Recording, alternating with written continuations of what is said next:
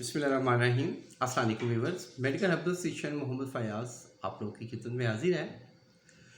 रात को खांस के बुरा हाल हो गया है। रात को खांसी तंग करती है, आप बहुत ज़्यादा खांसते हैं।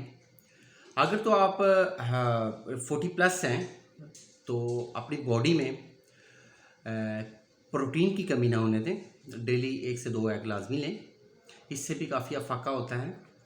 अगर आप अंडर 40 ईयर हैं तो ये कसील चीज़ें या बादी चीज़ें, खट्टी चीज़ें खाने के से गला ख़राब या खांसी वगैरह आ सकती है, लंग्स पे इन्फेक्शन हो सकता है। तो वो हज़रात इन चीज़ों से परहेज़ करें। और ये वाला टोटका मैं जो अभी बताने जा रहा हूँ, ये इंशाल्लाह 100% वर्किंग करेगा इंशाल्लाह। इसको नोट करें।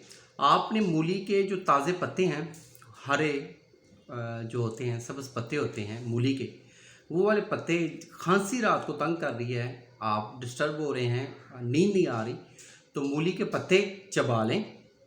अगर मूली के पत्ते नहीं मिलते तो आप मेथी के पत्ते चबा लें।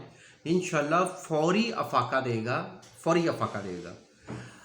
खांसी अगर बलगम वाली है तो सुबह उठ के आप 1 चम्मच कलवंजी, छोटा चम्मच, और उसमें 1 चम्मच छोटा हनी ऐड करें। ये दोनों मिक्स करके आप सुबह सुबह खाली पेट लें।